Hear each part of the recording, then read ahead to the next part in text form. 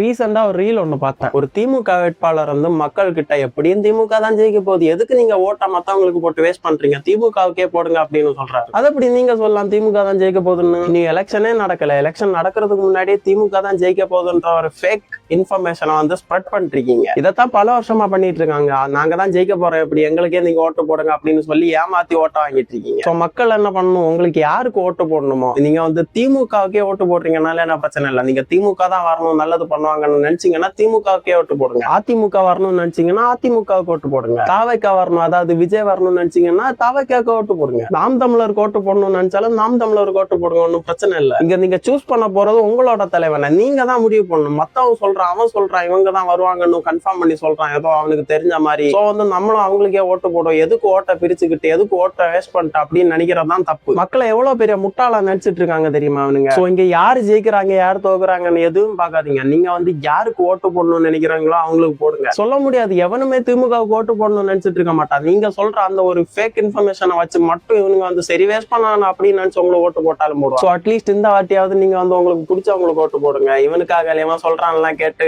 திமுகவுக்கு ஓட்டு போட்டுட்டு இருக்காதீங்க. இவனுங்க பிஜேபி உள்ள வந்துடும், திமுக தவிர யார் வந்தாலும் பிஜேபி தான் அப்படின்னு சொல்லி ஃபேக்கா பரப்புறது, பொய் பிரச்சாரம் பண்றது, இதெல்லாம் நம்ம பார்த்துட்டு தான் இருக்கோம். ஸோ வந்து சூஸ் வைஸ்லி. அப்புறம் திமுக காரங்கிட்ட கேட்கணும், எப்படியும் சென்ட்ரல்ல வந்து பிஜேபி தான் வரப்போகுதுன்னு தெரிஞ்சு எதுக்கு 10 வருஷமா காங்கிரஸுக்காக ஓட்டு போட்டுட்டு இருந்தீங்க? பிஜேபி தான் வரும்னு உங்களுக்கு தெரியாத விஷயம் எல்லாம் இல்ல.